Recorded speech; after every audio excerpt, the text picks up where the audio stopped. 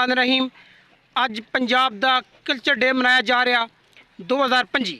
इस वक्त मेरे को एक पंजाब दा खूबसूरत पहलवान मौजूद है, हमाद पहलवान हमाद फ़खरे तूर जी। हमाद साहब अस्सलाम वालेकुम, क्या हाल है? ठीक हो? हमाद साहब अज बड़ी खुशी है तुसां मुलाकात करके। हमाद साहब जरा दसो, तुसी पंजाब दी माशाल्लाह शान हो, कितना पत्थर चार हो अजकल? चार पंजी यानी चार मण ते पंजी शेर जिंदाबाद। ये दसो भाई, ये कितने अरसे तो तुसा पत्थर चाने का आगाज किया? सन 2020 तो आगाज हो गया। और उस टाइम कितना चलने सो जिस टाइम स्टार्ट किते? 2 सवा 2 तो तुसा सफ़र शुरू किया। और इस वक्त माशाल्लाह तुसी चार मण ते पंजी शेर तक पहुँच गए हो। पुत्र इस पहलवान वास्ते दुआ भी करो ते भरपूर ताड़ियां नाल, क्योंकि ये पहलवान असा ने ग्रानी तूर निशान भी है, ये तूर ना फखर है। और इंशाल्लाह तुसा ना के ख्वाब के है, कितना अगे जासो और मजीद? 5 मण तक।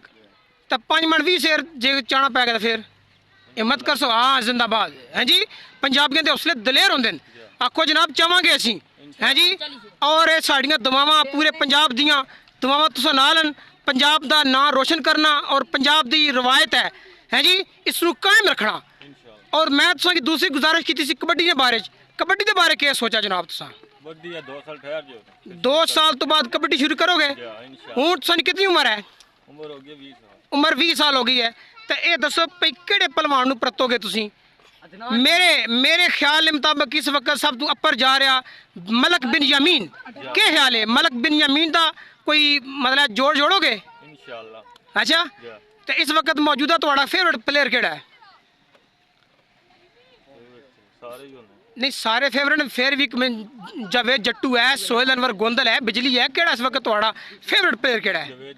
जावेद जट्टू जिंदाबाद। तुहाडी मुलाकात भी करावांगे जावेद जट्टू नाल इंशाल्लाह।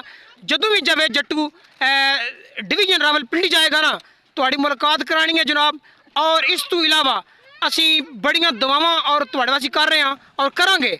और उम्मीदें रखने हैं कि तुसी पंजाब दा और पाकिस्तान दा नाम सिर्फ पाकिस्तान विच नहीं बल्कि इंटरनेशनल लेवल तक पाकिस्तान दा नाम रोशन करोगे। पाकिस्तान! पाकिस्तान!